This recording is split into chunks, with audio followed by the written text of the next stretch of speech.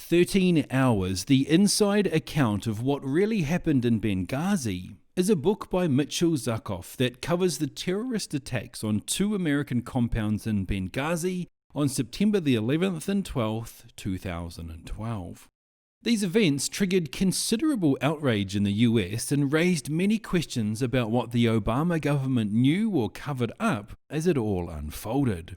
What I liked about it was that this does not dive into those politics, but rather it's an account from the point of view of the compound's defenders and does not address any of the political controversy surrounding the attacks. In fact, Zuckoff states his purpose right at the outset when he says that the book is not about what officials in the United States government knew, said, or did after the attack, or about the ongoing controversy over talking points, electoral politics, and alleged conspiracies and cover-ups.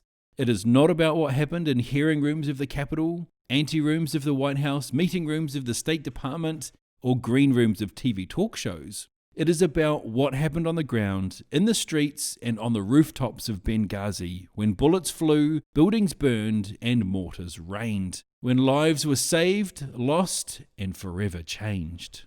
This means that we get to focus on what was happening on the ground in real time, and I think it was an excellent choice. The book sets things up really well. It starts off with an extremely well-written, concise history of Libya, leading up to just before the events. It really sets the scene of what is about to happen, as does the description of the drive through the city from the airport to the compound. We then get an introduction to the global response staff who will play a key part in the rest of the story. We also meet Christopher Stevens, the ambassador, and get a thorough rundown of the 2 key sites and the areas surrounding them. All this background does 2 things. Firstly, it effectively brings you up to speed and gives you information that will help you keep up with the main events as it all begins to go down. Secondly, it builds a sense of foreboding, like a calm before the storm, so that when it all kicks off, it has much more impact.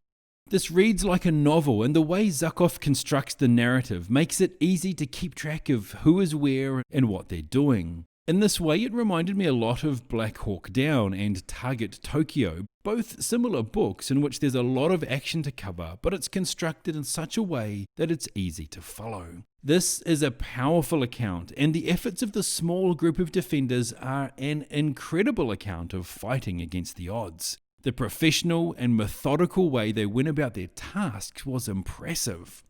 As the situation got progressively worse, they did not give up. They kept searching for the ambassador, they set their defences, and they kept fighting. It is a thrilling read without losing sight of the fact that these were real people in a real life or death situation.